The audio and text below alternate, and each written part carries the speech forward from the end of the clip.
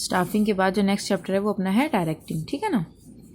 Directing क्या होता है? Direction is very important function of management. Direction include communication, leadership, supervision and motivation. अब direction जो है वो इंपॉर्टेंट फंक्शन क्यों है मैनेजमेंट का? क्योंकि मैनेजमेंट को एक वो दिशा दिखाता है, ठीक है ना, एक पाथ प्रोवाइड करता है कि आपको किस डायरेक्शन पे काम करना है। और जब तक आपके पास डायरेक्शन नहीं होगा आप कैसे वर्क करोगे? तो direction is a important function of management.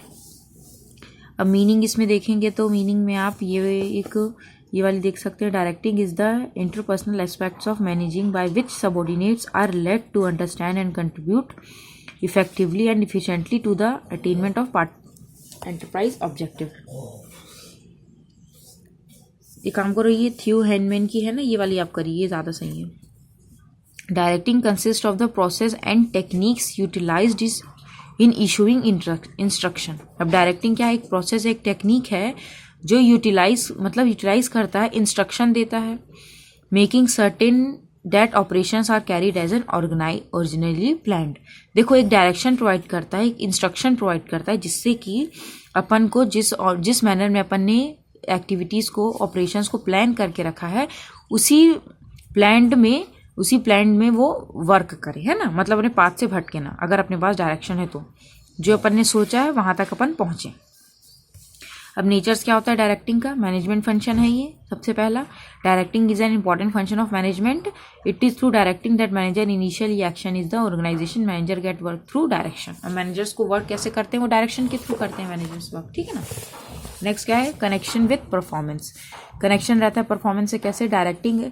Direction as practical aspects of management converts the plan into performance. Direction क्या रहता है? एक प्रैक्टिकल एस्पेक्ट्स होता है मैनेजमेंट का, जो प्लान करके रखा है, जो सोचा गया, उसको वो परफॉर्मेंस में कन्वर्ट करने में हेल्प करता है, ठीक है ना।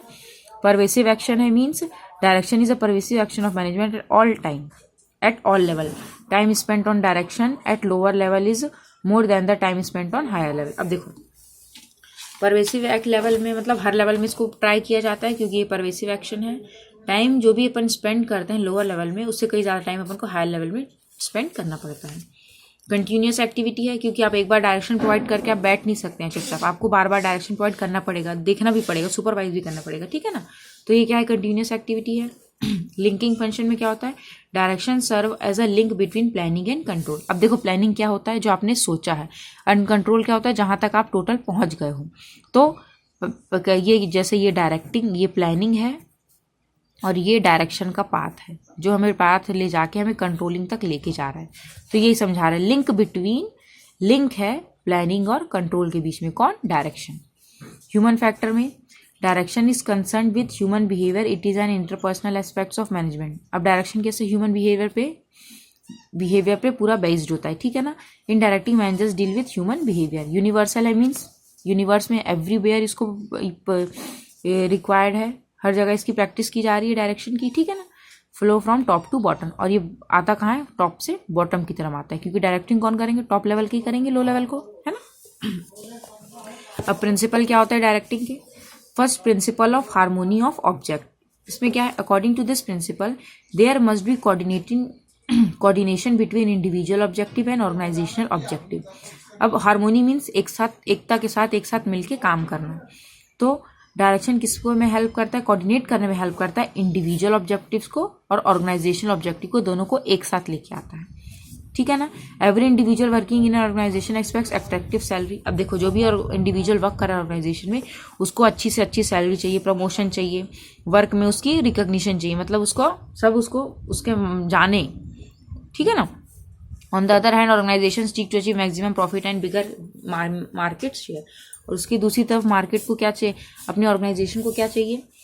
ज़्यादा से ज़्यादा मार्केट में फैले, उसका नाम, प्रॉफिट ज़्यादा हो। तो जब आप इंडिविजुअल को जब आप क्या बोलते हैं, जब उनको मोटिवेट करके रखोगे अपने इंडिविजुअल पर्सनली को, तो वो अच्छे से अच्छा काम करेंगे, और जब वो अच्छे से अच्छा काम करेंगे तो आपका ऑर्गेनाइजेशन का भी ज़्यादा से ज़्यादा प्रॉफिट होगा। तो दोनों एक साथ आ गए, ठीक है। Principle of unity of direction में क्या होता है? रखो, this principle explain that an employees is an organisation must receive order from one manager at one time.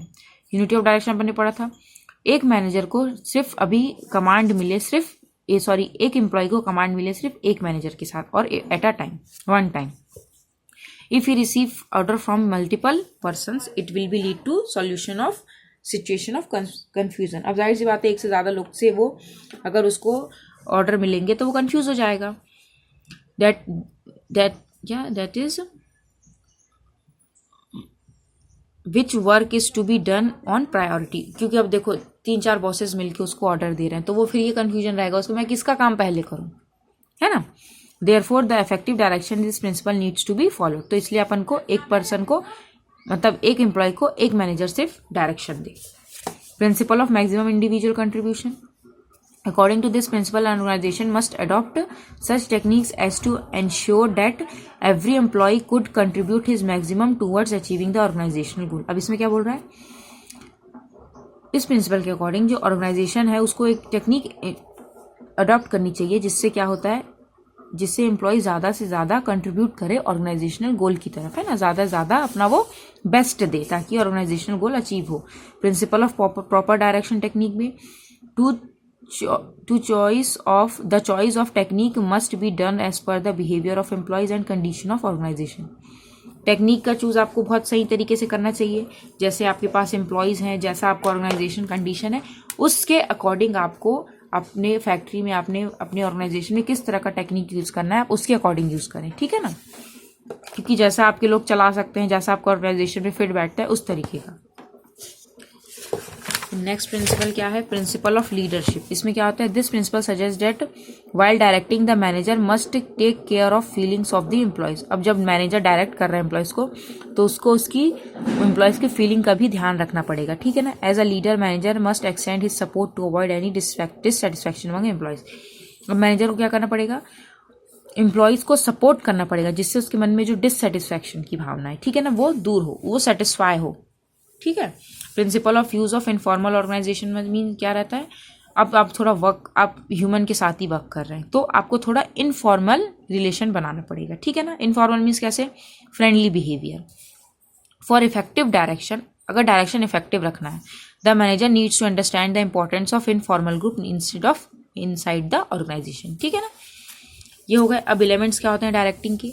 First element क्या है, सुपरविजन. सबसे पहले आपको देखना पड़ेगा, सुपरवाइज करना पड़ेगा. The term supervision is normally use to mean over seeing employees to at work to ensure that they are working in the desire manner.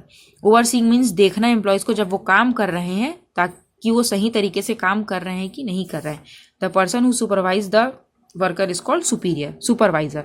जो पर्सन उन एम्प्लॉयज को सुपरवाइज करता है उसको सुपरवाइजर बोला जाता है. अब फिर अपना क्या आता है, मोटिवेशन. इसमें क्या है, it means the way in which urges, derives, desire, aspirations, striving और needs of the human behavior works. अब इसमें मोटिवेशन में क्या रहता है, देखो ह्यूमन के कई सारे नीड्स होते हैं, डिज़ायर होते हैं, एस्पिरेशंस होते हैं, ठीक है ना, बिहेवियर होता है. तो उसको मोटिवेट करो, उसको फुलफिल करो तो अपने आप वो मोटिवेट होंगे. किसी को पैसे की ज़रूरत होती तो उस तरीके से मोटिवेट करो. किसी को मन में सेटिस्फैक्शन तो उसको सेटिस्फैक्शन करो, उसको उत्साह बढ़ाओ उसका, ठीक है ना, उसको मोटिवेट करो इस तरीके से.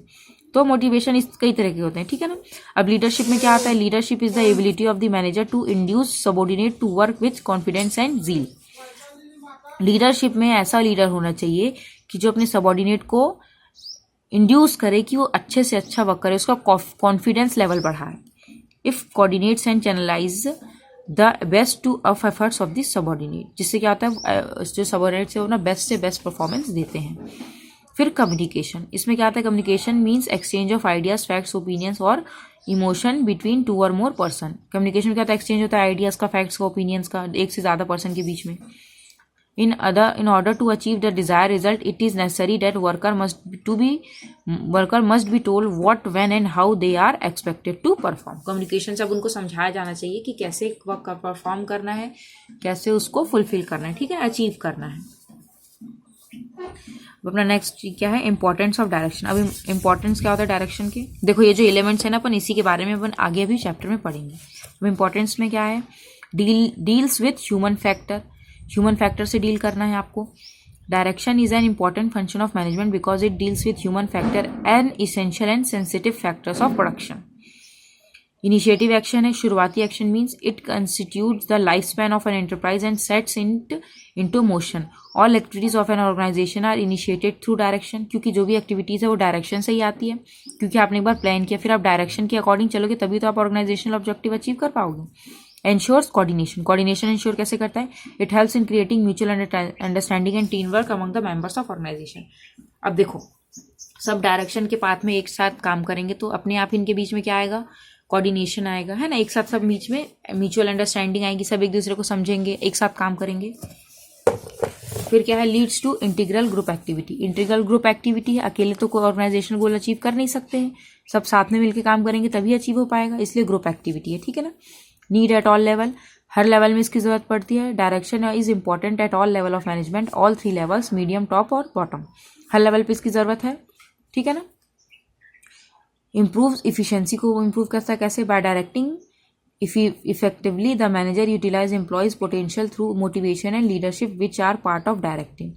A manager persuade his subordinates to work to best of their abilities. improve कैसे करता है, जो भी मैनेजर है वो अपने एम्प्लॉय को मोटिवेट करेगा लीडरशिप के जरिए, उसको उत्साह बढ़ाएगा, उसको कॉन्फिडेंस लेवल उसका बढ़ाएगा, जिससे क्या होगा वो अपना बेस्ट एबिलिटी में काम करेगा, ज़्यादा से ज़्यादा वो अच्छे तरीके से वर्क करेगा, जिससे कि ज़्यादा कंट्रीब्यूट कर पाएगा, ज़्यादा मेहनत करेगा, जिससे कि ऑर्गेनाइजेशनल गोल भी अच्छे से अचीव हो पाएगा, ठीक है ना। तो ये अपने इंपॉर्टेंस है 5-6 आप इससे इंपॉर्टेंस कर लेना। अब सबसे पहले हमने बताया है सुपरविजन के बारे में, ठीक है।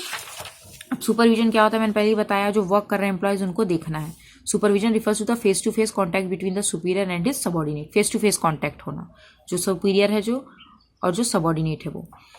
The main aim of supervision is to ensure the subordinate work efficiently and effectively to accomplish the task assigned to them.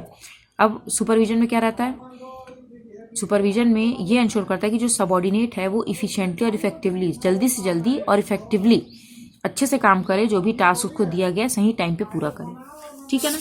अब इसके कैरेक्टरिस्टिक्स क्या होते हैं, it is a universal activity, हर जगह इसको देखा जाता है, क्योंकि आपने देखा हो कहीं पे भी काम करते हैं ऊपर हेड होता है उनको देखने वाला कि काम सही से हो रहा है या नहीं हो रहा है, तो यूनिवर्सल एक्टिविटी है, हर जगह परफॉर्म होती है, पार्ट एंड एलिमेंट है डायरेक्टिंग का, कंटिन्यूस प्रोसेस है ये भी।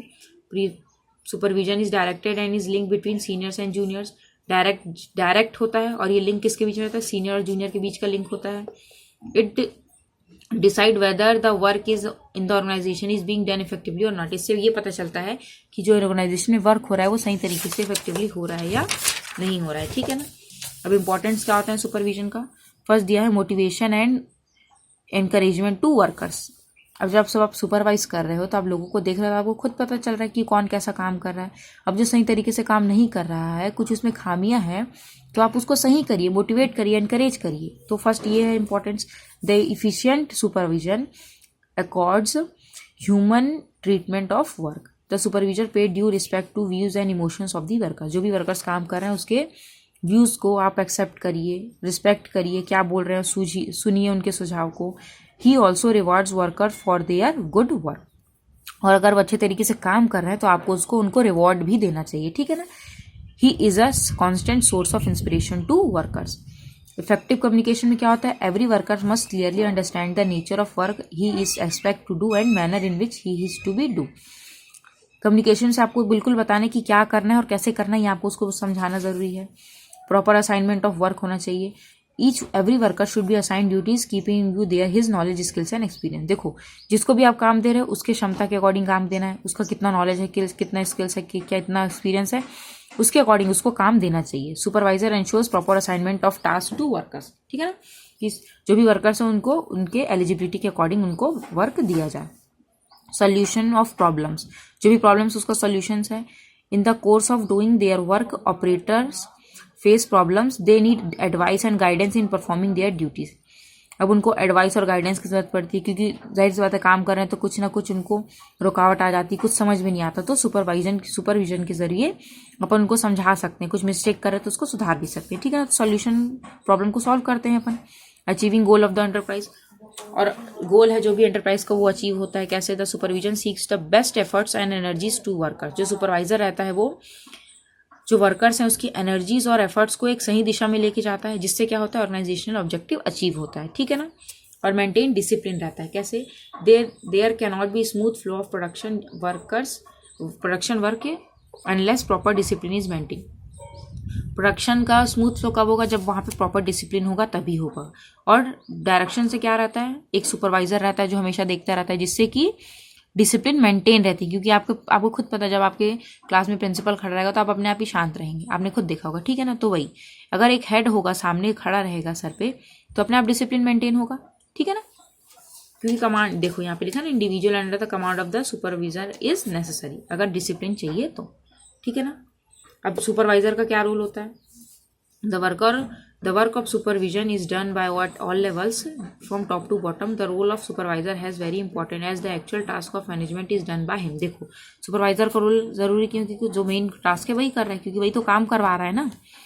He plays an role of mediator and his small faults may result in big loss of organization. वो एक मीडिएटर का काम कर रहा है, और उसने कुछ भी छोटी बहुत मिस्टेक कर दी तो उससे पूरा नुकसान किसको होगा? ऑर्गेनाइजेशन को होगा।